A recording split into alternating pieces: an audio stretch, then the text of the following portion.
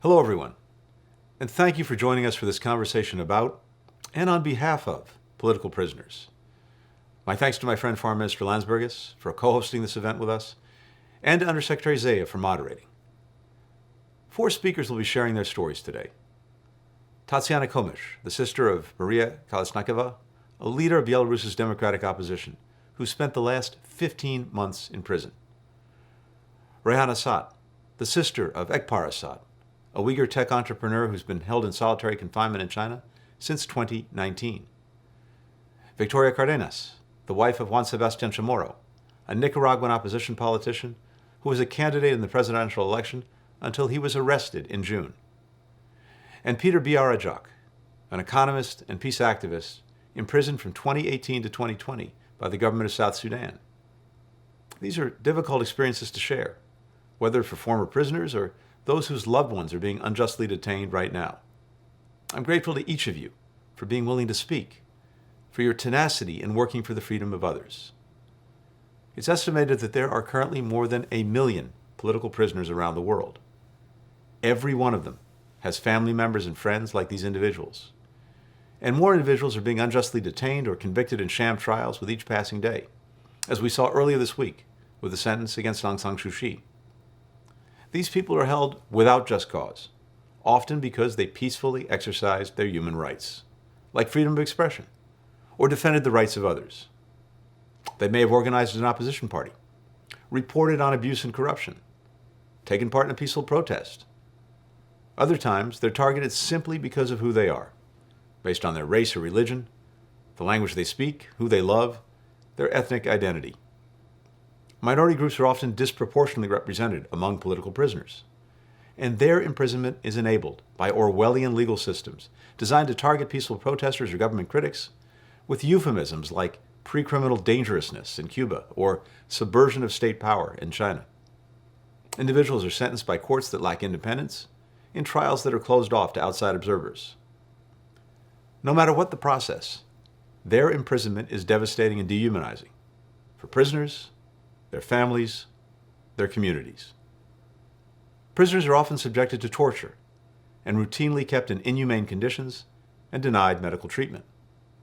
Maria described her experience so far in Belarusian prisons as moving between, and I quote, hot and then cold cells, without air or light, without people. It's harrowing for prisoners' friends and families too. They're often denied information about their loved ones or forbidden from visiting, which is its own form of punishment. Some family members or colleagues are punished by association. In some cases of transnational repression, some governments are even imprisoning family members and colleagues back home to target dissidents who have moved abroad. For many prisoners, their detention is designed explicitly to stop critically important work that they were doing to serve societies, such as political or union organizing, reporting, or advocacy. And it sends a clear message to their colleagues that the same thing could happen to them. When countries hold political prisoners, they create climates of fear and self-censorship. They stifle political participation. Often, these abuses occur alongside other forms of repression, like crackdowns on the independent media and human rights groups. And this is important to note. People are held as political prisoners all around the world. In fact, the State Department's latest human rights report contains evidence of more than 65 countries holding political prisoners.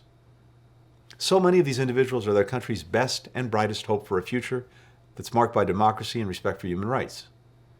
Through imprisoning political prisoners, autocrats are quashing democratic hopes and ambitions. That's why it's important that all countries stand firmly against the detention of political prisoners, no matter where they are held, and work together to free them. Let me share a few ways that we do this and urge other countries to join us. We call for the release of political prisoners. We meet with their families and colleagues. We monitor trials. We publish reports to share information about individuals and their cases. In public and in private, we urge all countries, regardless of our relationship with them, to free political prisoners. And we work to build effective pressure through multilateral institutions like the UN Human Rights Council and the Organization for Security and Cooperation in Europe. We also work closely with partners like Lithuania, our co-host in today's event, who is a leading advocate for political prisoners and democracy.